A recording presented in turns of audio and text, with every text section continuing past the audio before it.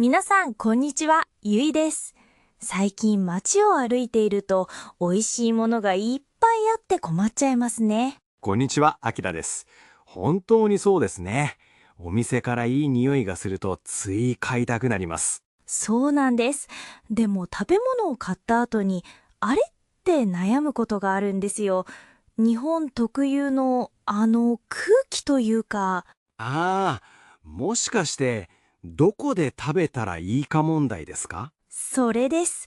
今日は日本に来た外国人がよく戸惑う日本の見えないルールについて話したいと思います。見えないルールですか。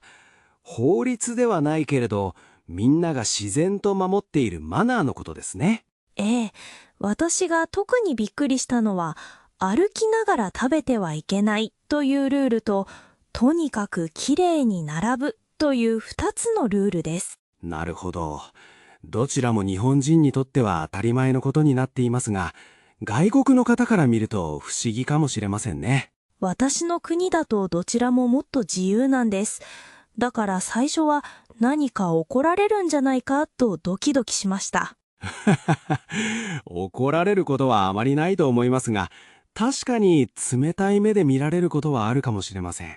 今日はどうしてそんなルールがあるのか、あきらさんに詳しく教えてもらいたいと思います。わかりました。私たち日本人がどう感じているかも含めて、ゆっくりお話ししましょまずは一つ目の歩き食べについてです。私、観光地でクレープを買って食べながらショッピングを楽しもうと思ったんです。う。クレープ美味しいですよね。でも歩きながら食べたんですか？食べようとしたんです。でも周りを見たら誰も歩きながら食べていなくて、みんなお店の横に立って静かに食べていたんです。それはよくある風景ですね。日本では歩き食べはあまり行儀が良くない、マナー違反だと言われます。行儀が悪いですか。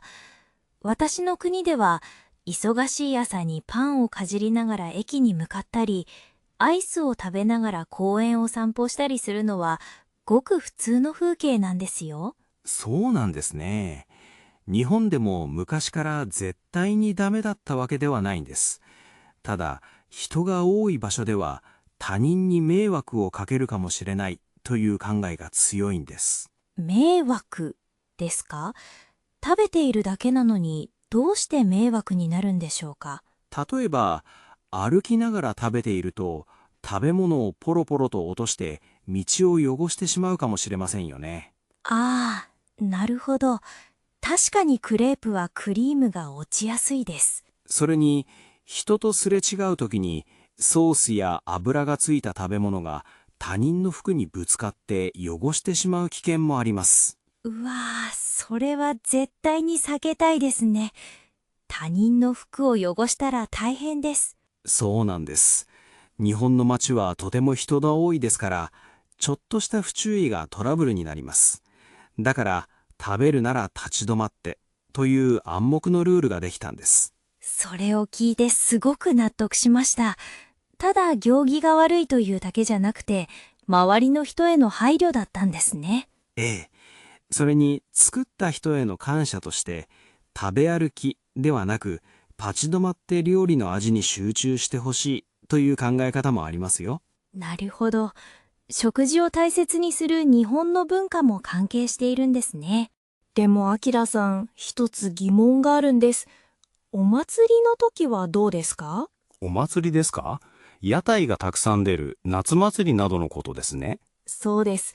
私、夏祭りに行った時、みんな焼き鳥やりんご飴を持ちながら歩いていましたよ。あれはルール違反じゃないんですか？鋭い質問ですね。実はお祭りのような特別なイベントの時は、例外として許される空気が少しあるんです。例外があるんですね。少し安心しました。ただ最近はお祭りでも歩きながら食べるのは危険だから端に寄って食べてくださいとアナウンスされることが増えました。確かにお祭りは普段の街より人が密集していますもんね。竹串とかを持っていると危ないですし。その通りです。だから基本的には屋台で買ったら、その屋台の近くの邪魔にならない場所で立って食べるのが一番安全でスマートな方法です。なるほど。じゃあ街中でコロッケやソフトクリームを買ったときはどうすればいいですか？ベンチが見つからないことも多いです。そういう時は、買ったお店のすぐ前や横のスペースで食べるのが一般的ですね。お店によっては小さなゴミ箱を置いてくれていますし。あ、そういえば自動販売機でジュースを買った時もみんな自販機の横に立って飲み切っていますよね。そうです、そうです。飲んだ後にすぐそこのリサイクルボックスに缶やペットボトルを捨てられるので、持ち歩かなくて済みますからね。日本で食べ歩きという言葉は歩きながら食べることじゃなくて、いろいろな美味しいお店を回って食べることなんだってやっと理解できました。まさにその通りです。いろいろな場所で立ち止まりながら美味しいものを楽しむのが日本のスタイルですね。さて、次は2つ目の謎。なぜあんなに綺麗に並ぶのかについてですね。はい。これは本当に最初びっくりしました。電車を待つとき、足元のマークにぴったり合わせてみんなが一列に並んでいますよね。ええ、通勤ラッシュの時の駅のホームなんかは特に規則正しいかもしれません。私の国では電車が来たらみんなドアの前にわーっと集まってなんとなく乗ることが多いんです。でも日本だとまるで軍隊みたいに綺麗な線になっていて。あはは、軍隊ですか。確かに外から見るとそう見えるかもしれませんね。息がぴったり合っているように見えますから。それに降りる人を完全に待ってから乗りますよね。誰一人として先に乗り込もうとしないのがすごいです。降りる人が先、乗る人が後というのは交通機関の基本のルールとして徹底されていますね。これを破ると本当に周りから白い目で見られます。白い目で見られる。言葉にしなくてもみんなの視線で怒られているのがわかるんですね。怖いです。そうですね。日本では列に横入りする、つまり割り込むことは最大のタブーの一つと言ってもいいかもしれません。電車だけじゃないですよね。エスカレーターに乗るときもバスを待つときもみんな文句を言わずに静かに並んでいます。人が集まる場所ではとりあえず列を探して最後尾に並ぶのが日本人の習性になっています。習性ですか。私、ある日コンビニのレジに行こうとしたら全然違うお菓子の棚のところから列が伸びていて気づかずに割り込みそうになったことがありました。床の足跡マークに沿って並んでいたんですね。それは外国人には少しわかりにくいトラップですね。そうなんです。最後尾はこちらみたいな看板があるわけじゃないのに、みんな暗黙の了解で並んでいるから、最初は本当にパズルみたいでした。確かに空間の空気を読んで列を見つけるスキルが必要ですね。でも、どうして日本人はあんなに並ぶのが苦にならないんでしょうか。苦にならないわけじゃないんですよ。本当は誰も待ちたくありません。ただ、ルールを守る方が結果的に公平だと考えているんです。公平ですか。早く来た人が早くサービスを受けられるという平等さですね。そうです。もしルールがなくて、力が強い人や声が大きい人が先に電車に乗れたら、みんなストレスがたまりますよね。確かに。順番が決まっていれば、イライラしながら押し合いをする必要がないから、実は一番平和な方法なんですね。その通りです。日本の人口密度を考えると、みんなが順番を守らないと社会がうまく回らないんだと思います。なるほど。あともう一つ、ラーメン屋さんとかパン屋さんの前の長い行列について聞きたいです。はい、人気店の大行列ですね。私なら1時間も並ぶくらいなら今日は諦めて他のお店に行こうって思うんですけど、日本の方はじっと待っていますよね。あれも不思議です。それは少し別の心理ですね。日本人には長い列ができているイコールそれだけ価値がある、美味しいはずだと思う傾向があります。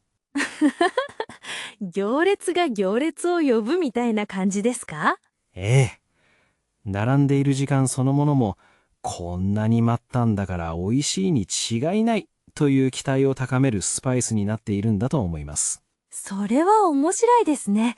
待つ時間もエンターテインメントの一部になっているなら、1時間並ぶのも少しわかる気がします。そうかもしれません。ただ、真冬や真夏に行列に並ぶのは、日本人にとってもかなりの気合が必要ですけどね。今日は歩き食べと整列について話しましたけど、こういう日本独特のルールって知れば知るほど奥が深いですね。そうですね。ただ、ルールがたくさんあって窮屈だと感じる外国人も多いんじゃないですか？最初はやっぱり緊張しましたよ。間違えたらどうしようって。でも背景にある理由を知ると考え方が変わりました。どう変わったんですか？他人を不快にさせないためのルールなんだってわかると、私自身も守られていて快適に過ごせているんだなぁと気づいたんです。それはとても嬉しい視点ですね。日本は人口の多い島国ですから、みんなが少しずつ我慢して全体の平和を保つという文化が育ってきたんだと思います。ええ。だからこれから日本に来る留学生や旅行者の方には、怖がらずに周りの真似をしてみてと伝えたいです。周りの真似ですか。はい。周りの人が立ち止まって食べていたら自分も立ち止まる。周りの人が並んでいたらとりあえず後ろを探して並ぶ。これだけでだいたいうまくいきます。確かに、それが一番確実なサバイバル術かもしれませんね。もし間違えてしまっても素直にすみません、知りませんでしたと言えば日本人は優しいから許してくれますし。もちろんです。悪気がないのはわかりますからね。文化の違いを楽しむくらいの余裕を持ってもらえればと思います。私もまだまだ知らないルールがあるかもしれないので、人間観察を続けたいと思います。何か不思議なルールを見つけたら、またポッドキャストで話しましょう。さて、そろそろ終わりの時間ですね。今回は日本の歩き食べと整列という2つの見えないルールについて話しました。どちらも他人への思いやりや公平さを大切にする日本の文化から生まれたものだということがよくわかりました。リスナーの皆さんの国と比べてどんなところが違ったでしょうか。ぜひ考えてみてくださいね。もし今日のポッドキャストを楽しんでいただけたら、ぜひチャンネル登録といいねボタンをお願いします。皆さんの応援が私たちの番組作りの大きな励みになります。あ、そうだ。今日私たちが話した内容のスクリプトはコメント欄の一番上に固定してあるリンクからダウンロードできますよ。そうですね。ちょっと聞き取れなかったところや漢字の読み方を確認したいときにぜひ活用してください。文字を見ながらもう一度聞いてみると、リスニングの力がぐっと伸びると思います。それでは今日はこの辺で終わりにしましょう。また次回のポッドキャストでお会いしましょう。ありがとうございました。さようなら。